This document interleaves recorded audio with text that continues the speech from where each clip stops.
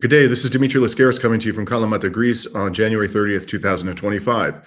Today, I'm very pleased to be joined again by José Luis Granados Ceja. He's a journalist and political analyst based in Mexico City. José Luis is also a staff writer for Venezuela Analysis, and he writes a monthly opinion column for the Mexico Solidarity Project. And finally, he is the co-host of the Soberanía podcast. Thank you so much for joining me again, José Luis. I'm very happy to be here. So we've had quite an eventful month with the incoming Trump administration in so many ways. And it's been, I think, particularly eventful, José Luis, for Latin America. So let's start with an executive order that Trump signed on January 20th, 2025. Immediately upon taking office, he designated cartels and other organizations as foreign terrorist organizations and specially designated global terrorists. The executive order designated known narcotics cartels in Mexico and other South American countries as terrorists. Only two criminal groups were mentioned in the order, the Tren de Aragua and La Mara Salvatrucha, or MS-13 cartels. It's expected that additional syndicates will be added to the list soon. So, José Luis, what do you think this executive order means for relations between the U.S. and Mexico? And do you think it will have a meaningful impact on the flow of drugs from Latin America to the United States? So I certainly think that this designation is going to be a flashpoint in the bilateral relationship between Mexico and the United States. This one is the one that I was keeping an eye out for, and I'm worried about how it's actually going to be implemented. So that order gives, from the date of its publication, about 2 weeks to designate a series of actors who will fall under this decree. And so we'll see what actually happens, but it's quite likely sort of the major organized crime groups here in Mexico are going to be designated as such. And my concern around this is that it's going to be used as the pretext, the excuse for unilateral military action by the United States against Mexico. Trump talked about sort of having this regret about not doing it in his first term, about not bombing the cartels. Every time this comes up, I always bring up the fact that we first started hearing about this from a book from one of his defense secretaries, and it was treated as this ludicrous idea, and we saw it became mainstream. And I think this mainstreaming of this idea is what is allowing him to do what he's doing right now, which is acting very quickly on this to kind of make up for what he perceives to have been mistakes around this. And unilateral military action by the U.S., the reason I call it that is because there's no way Mexico under President Claudia Sheinbaum is ever going to accept this kind of agreement or cooperation to that degree here in Mexico. She has specified, yes, cooperation, but never submission, right? She always says, we are not a colony, we are not a protectorate, we must respect Mexican sovereignty. And that would obviously be a violation of Mexican sovereignty to do that kind of thing. And it would be violent and terrible and dangerous, right? I always make this tongue-in-cheek comment, these drug labs that they're so worried about, which are not even exclusive to Mexico. There's a lot in Canada, for example. There's a lot inside of the U.S. as well, because they're able to get the precursors inside the U.S. as well. There's not like signs just saying this is where we make fentanyl, right? This is where the drug labs are. If you're talking about bombing them, you're talking about bombing civilian areas, and that's going to be devastating. And obviously, completely unacceptable to Mexico, and if it comes to pass, would be very, very challenging for the bilateral relationship. So, there's a lot of diplomacy happening right now between Mexico and the United States to keep that from happening. Trump is very unpredictable. I think a lot of his actions early on here in his term, or barely a few weeks in, shows that this is a different Trump. This is a Trump that I think is willing to do a lot more than he probably felt he could get away with in his first term. So the other thing I would say is that Mexican President Claudia Sheinbaum has also stressed we have to keep a cool head.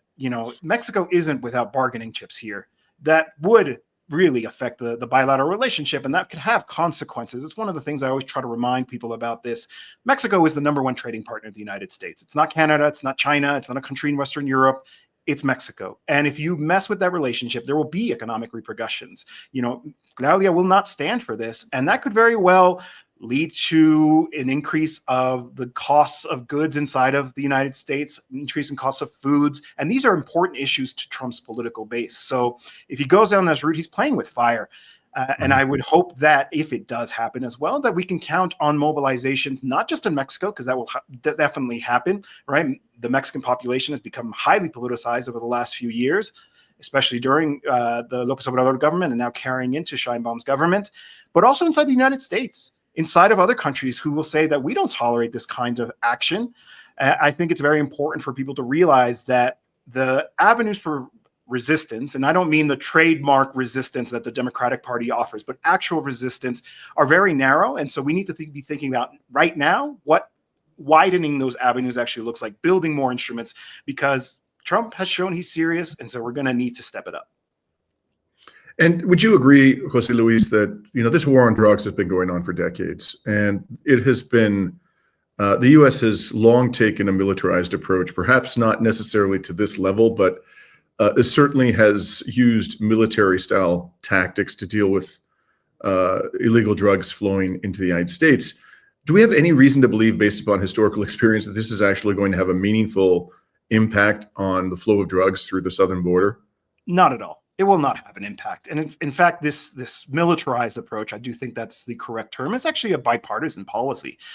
Probably the biggest example of that militarized approach is Plan Colombia, which is this strategy that was, allegedly, purportedly set up to try to attend to the root causes of violence in Colombia, but ultimately became an instrument for advancement of the military-industrial complex, of transferring tons of public resources into the hands of the military contractors, who then sold all this equipment to Colombia, which then used it to terrorize the population, to actually carry out human rights abuses, et cetera, et cetera. We had a similar one here in Mexico called Merida Initiative. That's actually been canceled. It was canceled during the López Obrador government, replaced by the Bicentennial Initiative, which, we're still seeing how that's actually playing out, but at least there's less emphasis on this militarized approach of, moving arms and weapons and, trainings around this approach. But it hasn't worked. It doesn't work. There's this emphasis from the United States always on the supply and never on the demand. And of course, they talk about cartels, and, you mentioned this decree at the beginning, the executive order, and the organizations like Tren de Aragua, or, the Sinaloa cartel, or whatever the ones that end up making on the list, right? As if drug distribution networks don't exist inside the US, as if there isn't a massive demand for these illicit drugs inside of the United, but that's never addressed, right? It's funny because how do they think people get access to them, right? The cartels don't have networks and distribution nodes inside of the United States. They're working with U.S. actors, likely U.S. citizens. In fact, U.S. citizens are often the ones who are understood to be the ones that are doing the smuggling. So no, this strategy is not going to work, but it does actually open up some interesting questions. How far does this go? Are the banks that launder the money that are based in the United States, are they also going to be considered complicit? What does this mean for U.S. cooperation with agencies here in Mexico? They are not allowed to do this kind of deals with organized crime groups and leaders, certain figures, if they're designated terrorists. That's no longer allowed. And I mention that because actually here in Mexico, there was the kidnapping of El Mayo Zambada. And I say kidnapping because this wasn't a cooperation between Mexican agencies. Basically, he was put on a plane. It appears that it was a treasonous act by one of his allies and sent over to the United States. And they still won't tell us what happened with that. They won't give us a straight answer here in Mexico in terms of that. So this militarized strategy is actually bipartisan. The Democrats started it. And that's actually really worrisome because that's what opens up the path for these kinds of further militarizations and even more aggressive actions, right? The Democrats sell themselves as a lesser evil, but in a lot of ways, they're the ones who are paving the road when it comes to this failed strategy. Now, last Thursday, José Luis, switching to another potential flashpoint, two U.S. Air Force C-17s, each carrying about 80 deportees apiece, took off from the United States and arrived in Guatemala. A third, slotted for arrival in Mexico, never took off. And apparently the Mexican government denied the U.S. Air Force permission to land. So this obviously is a matter of, I think, some concern to a number of Latin American governments. We're going to talk in a moment about the reaction of the Colombian government to a similar stunt by the Biden, or the Trump administration, I should say. What do we know about this refusal, and how is this playing out in Mexico? Do you think this is likely to lead to more strain in the relationship, or does it appear that they're going to find a way to work this out, as apparently has happened in the case of Colombia and the United States? Yeah, Mexico, above all, has to proceed with a lot of caution when it comes to this. I think we'll get to this in a minute, right? But the reaction to the Colombian incident shows that Trump is willing to put some bite behind his bark, that he is willing to apply economic coercive measures in order to get what he wants when it comes to his mass deportation program, strategy, what do you want to call it.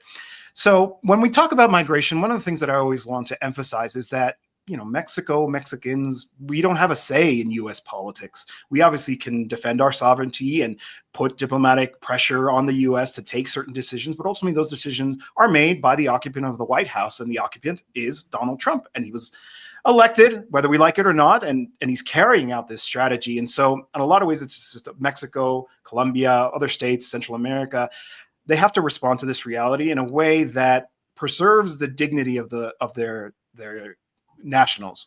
So in the case of Mexico, there has been this emphasis of, we will receive them. The government laid out a very extensive strategy to welcome back anybody who's being deported. It's called Mexico Embraces You, or in Spanish, México Te Abraza.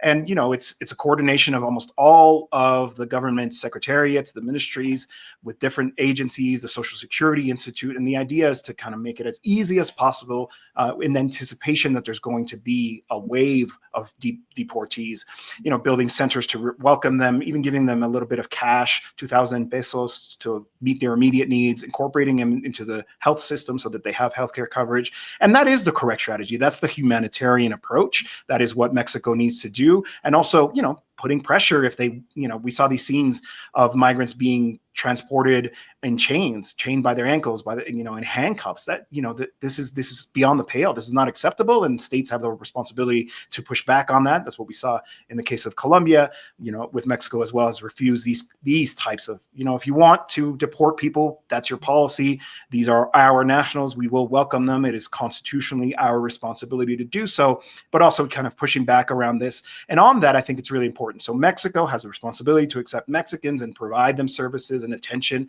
and as the government has laid out that it will do and is doing. But also, I do think that we need to be careful to not allow this conviction of wanting to have a humanitarian approach to cross into complicity. Why do I mention that? Because it's obvious that Trump wants Mexico to do its dirty work. Right? That, I'm going to send them all into Mexico and let them deal with how to deport them or return them to their countries of origin, especially in the cases of countries like Cuba and Venezuela, which is far more complicated for the United States, given that they don't have, diplomatic relations with these countries. And so Mexico has to say no to that. Mexico cannot accept non-Mexican nationals in that sense. It has historically, for example, migrant protection protocols, this awful euphemism, which is actually, better understood as remain in Mexico. Mexico will likely have to concede on that in order to proceed with the bilateral relationship, to not provoke the ire of the White House. The State Department has said that they already have, although the government hasn't publicly said that they have. But on other issues, right, in other countries, nationals of people like from Venezuela, Cuba, Haiti, Nicaragua, these groups that have a large presence over the last few years coming into the United States. Those are the ones that Trump wants to get rid of. That's why he's looking to make a deal with Nayib Bukele to sign a safe third country agreement so that he can ship them over to El Salvador and let him take care of it. There's also talk about expanding Guantanamo Bay. There's a State Department facility in Guantanamo Bay that houses migrants, and it's usually used to pick up people who are trying to reach the United States by sea. But it sounds like he wants to expand it massively. 330,000, I believe, is a figure that was floated. I mean, that's extraordinary, and that would be very, very dangerous because, as we know, Guantanamo Bay is a place where it seems like the U.S. Constitution doesn't apply. Courts say that it does, but ultimately, we know that in reality on the ground is that this would be very, very difficult for migrants. And so, the strategy, I think, from Latin America when it comes to this has to be united. I was disappointed to hear that the SELAC meeting was canceled because we need to have a space to say that this will be the united region's response. But of course, there are right-wing actors here in Latin America like Bukele, but others, right? In Ecuador, they recently accepted military presence of the U.S. there. Paraguay seems to be also very sympathetic to the administration in the White House right now. So it seems like there are actors here in Latin America who are stopping this from happening. But I do think that the emphasis has to be there. And hopefully the progressive leftist leaders of the region are able to develop a strategy, even if they can't do it with everybody in the region. So, turning to Colombia, on Sunday morning, a U.S. military cargo plane carrying 200 Colombians who were allegedly in the U.S. illegally attempted to land in Colombia. That plane was turned back by Colombian authorities. And this sparked a dispute between the Trump administration and the left-leaning Colombian government of Gustavo Petro. The dispute included U.S. tariff threats against Colombia, but it appears to have been resolved. What do you make of the manner in which that one was resolved? And do you think that, you talked about the importance of unity of response in Latin America to this particular aggression by the United States. Do you think that Gustavo Petro is taking a similar approach to that of the Mexican government? Do you think his response leaves something to be desired? Well, I appreciate his emphasis on trying to do what you can to preserve human dignity. I mean, being deported is already an undignified act carried out by a country that should be offering you protection. You have to understand, again, the U.S. is the one that's not meeting its international obligations, that's not respecting the right to asylum, that treats migrants as criminals, especially so now under this administration. So there's already an indignity there that's being committed, but at the very least, they shouldn't be treated this way. And I think that's where Petro drew a line to say, this is as far as we're willing to go when it comes to this. I do think that is the bare minimum, and it seems like sometimes the bare minimum is even hard to secure. But the point around that I wanted to emphasize when it comes to this whole episode around Colombia has been the coverage of it. If you looked at the headlines around it, it was Trump makes Petro cave to his demands, and that's not what happened at all. And in fact, that this whole incident is actually really telling. Trump threatens coercive measures against Colombia, talking about sanctions, but also tariffs and the rest of it, which I should make a side note real quick. I'm very critical of the OAS, but technically the U.S. is a member of the Organization of American States, and it has a charter. It's actually prohibited by the charter, explicitly so. There is an article that says, Article 20, no state may use or encourage coercive measures of an economic or political character in order to force the sovereign will of another state and obtain from it advantages of any kind. Now, the OAS is not really worth things, but it shows the hypocrisy of this organization. Where is Luis Almagro on this? He's been so loud on Venezuela, Nicaragua, Cuba, but has nothing to say about the U.S. flagrantly violating the OAS charter. But anyway, we know that this is the reality. And so they're using these kinds of measures to try to coerce the country to do what it is. But what did Petro say? I mean, he wrote this really kind of lyrical response, but also said, we're going to apply retaliatory tariffs. And it sounds like that also helped the U.S. kind of reconsider its position and back down a bit. So this narrative that I think was promoted in English language media in particular, that he forced Petro to submit to his demands is not accurate, right? The U.S. had to back down on it. The U.S. was forced to say, well, okay, we're not going to apply tariffs because they are aware that these would have consequences. Colombia exports oil, fruits, goods, flowers, coffee, all of these things that people would feel in their pocketbooks relatively quickly. So, again, it is an asymmetrical relationship with the United States when it comes to the countries of Latin America, but it's not like we're empty-handed either. It's not like we don't have certain cards in our hand that we can also play when it comes to the U.S. trying to coerce economically, politically, diplomatically the countries of the region. So was the resolution that Colombia will accept the deportees if they're Colombian citizens and if they are treated as civilians, who are simply in the country illegally and not as criminals? Is that the terms on which this was resolved? Basically, the agreement is, it was never even in dispute. I mean, Colombia, Mexico, the countries of Central America have always received their nationals via these deportation flights. The problem was the way that he carried it out, the theater behind it. We can have a little bit of a conversation around that. Why does Trump do it this way? Well, he's trying to send a message to his base, right? It's kind of a white supremacist action. These brown-skinned individuals deserve to be treated this way, so that's why we're going to do it this way. It's unnecessary. The countries have a responsibility to accept these deportation flights. That is not really under dispute, but it doesn't have to be this way. And so the agreement was basically that. Let's kind of keep doing things the way that they were. I mean, apparently the Trump administration deems it really important to spend extra money and send military planes. If they want to do that, that's fine. But the point is that we're, make sure that they're treated well, make sure they're not chained. And of course, actually having a process in place to evaluate how they're actually being treated. In the case of Mexico, every person is actually interviewed when they're returned to ask if there had been human rights violations, so that Mexico as the state can actually compile those and present them in a complaint if that is deemed necessary, if there is actually a widespread systematic abuse of the human rights of migrants throughout this process. And that's the way it should be. Right. So let's talk now about Panama. We've heard a great deal over the past month about Trump's avid desire to seize control over the Panama Canal. And the pretext he has given for this, putting aside for a moment the question of how serious he is, the pretext is that the Panamanian government has basically turned over the Panama Canal to the Chinese.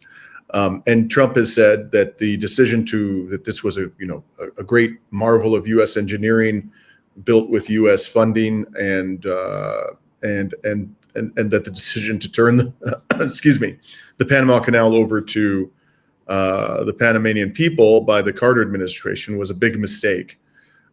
What do you make of this claim that the Panama Canal is now being run by the Chinese? It's an absurd claim, and it responds to this ongoing economic rivalry that the United States has with China. I think decision makers, policymakers in the United States understand the threat that China does represent. It is a very powerful state that only seems to be increasing in terms of its influence on the world, and particular global South countries, which have found that with China that they have a far more beneficial relationship than they had with the United States. I mean, I think the last time we were here talking, we talked about the trains that the U.S. donated to Peru that were a bunch of old diesel trains that they were no longer using, in comparison to China, which unveiled this multi-billion-dollar port. So China has a much richer relationship with its trading partners throughout the world, and that influence means that there's been an increase of movement of goods through the Panama Canal from Chinese ports, and that is viewed as a threat to the United States. But a lot of it is kind of a made-up kind of threat, because I was looking into who actually operates the Panama Canal, and it turns out that the ports that are closest to the entry and exit of the canal is actually called Hutchinson Holdings, a Hong Kong-based company, and it actually had control of these ports since the 90s. And when that came up, there was no objections. If this is a national security concern, that a subsidiary of a Hong Kong company was going to be a problem because it controls some of the ports, why didn't it come up then? It comes up now because they see the rising economic political influence of China in the world, and they feel that, like, by attacking their activities in the Panama Canal, that they will be able to weaken that. But I think it is a losing strategy. I mean, you're not going to get out of this rivalry with China by pursuing these kinds of aggressive actions, by threatening to take the territory of a sovereign nation away, the way that they're doing in the case of Panama. And even if that does come to pass, there are alternatives emerging. There is the Transisthmus corridor here in Mexico. So what López Obrador did in his government was built a long rail line in the thinnest part of the country, the Istmo de Tehuantepec, which is in the state of Oaxaca. And basically, so there's a port on one side, a train through the country, and a port on the other side to facilitate transit. And so there are alternatives. And even if they were, in this scenario, went back and invaded and took control of the canal, which I don't expect that to happen, but if it did happen, there are alternatives. I know that Nicaragua is also pursuing a relationship through China to develop its own interoceanic corridor. So, it is a very limited short-term strategy that ultimately is not going to pay off, but if anything, is actually just making people more wary of the United States. The president of Panama is not a leftist. He's not even left of center. He's a right-winger. He should be in the pocket of the United States, and he's just provoking them. Somebody who conceivably would be an ally, but instead is going down this route, and ultimately, I don't think it's going to work out very well for them. So let's talk about a fourth potential trouble spot for the Trump administration's relations with Latin America, and that's Cuba. Shortly before leaving office, for reasons that mystify me, the Biden administration removed Cuba from the list of state sponsors of terrorism. And the reason why I'm mystified by that is not because there was any evidence that Cuba was a state sponsor of terrorism. I'm unaware of any credible evidence that was the case. But what mystifies me is why Biden waited until the final days of his administration, just before Trump took office, to do this. And, predictably, Trump revoked the decision of the Biden administration immediately upon taking office, leaving Cuba on this list, disgracefully so. What do you think is going on here, José Luis? Why do you think the Biden administration pulled this stunt? Do you agree with my assessment that there's absolutely no factual basis to the claim that Cuba is a state sponsor of terrorism? There's actually evidence to the contrary. Cuba plays a huge role in the region promoting peace. If it wasn't for Cuba, the FARC, the Revolutionary Forces of Colombia, would have never reached a peace agreement with the government of Juan Manuel Santos in Colombia. They played a huge role. They've always done that, and they play an active role right now in the negotiations with the National Liberation Army as well. So if anything, they're actually helping people demobilize and not be engaged in armed activity. I wouldn't call it terrorist activity. I think, this whole thing shows us that this term terrorist is just a political term. It's used to advance political ends. The calling Cuba state sponsor of terrorism has no basis whatsoever. Like I said, there's actually evidence to the contrary, but it's useful. It's useful to help smother Cuba's economy. And yeah, Biden doing it at the end of his term was a slap in the face. It was almost worse that he done it. I mean, I remember when it came out, there was a lot of people who were happy about it, and rightfully so. I understand it, but he should have done it at the beginning. The pandemic really hurt Cuba. Cuba depends a lot on tourism, and it didn't really ever recover as a result of the pandemic. And so if they had done it at the beginning of this term, of Biden's term, they would have had 4 years to kind of make up for lost ground, maybe, pursue some of that revenue and diversify their economy, but they couldn't. And to do it at the end, knowing full well that Trump was going to reverse it immediately, it was such an insult. And I don't know why they did it. I imagine so that they feel better about themselves, like these last minute kind of decisions. Even if you look at what was some of Biden's messaging at the end of his term, or the U.S. is ruled by an oligarchy and this and that. It's like, you were the president, man. You could have done something about it at the beginning. Why are you lecturing us at the end? I think it's so that they can feel some kind of peace, as they approach their sunset years. And especially in the case of people like Biden and Blinken, who oversaw a genocide in Palestine, maybe to feel better about themselves, about their horrible legacy as the administrators of the U.S. empire. And of course, so just to close on this point, right? So what happens? Yeah, Trump comes in, Marco Rubio, a huge, loud opponent of the Cuban Revolution and the Cuban government, comes in and immediately says, no, back on that list. And so that means, in concrete terms, it really limits their ability to engage in international commerce, to deal with banks, to get loans. There are real consequences to this. And so once again, Cuba finds itself in a really difficult position. And one final thing about Marco Rubio that I always wanted, he kind of sold himself as like the child of Cuban exiles. Oh, and that's why he resists. His family left during the Batista years, not after the Cuban Revolution. And so this is a myth that is allowed to perpetuate. And he accidentally let it slip when he mentioned, I'm so grateful to be Secretary of State. My parents who left in 1956. Well, the Cuban Revolution happened in 1959. Thanks for reminding us that your parents left the Batista regime, not the Cuban regime. You're full of it when you talk about your animosity to be driven by these kind of personal connections. It's not true at all. I'm glad you mentioned that, because I wasn't aware of that, Jose Luis. That's a very important piece of information. Thank you very much. The last issue I'd like to discuss with you, and arguably the big enchilada, is going to be this threat of tariffs that Trump has levied against both Mexico and Canada. Shortly after taking office, he set February 1st, so 48 hours from now, as a deadline for imposing 25% tariffs on imports from Mexico and Canada, unless these countries move to halt the flow of illegal immigrants and the deadly opioid fentanyl into the U.S.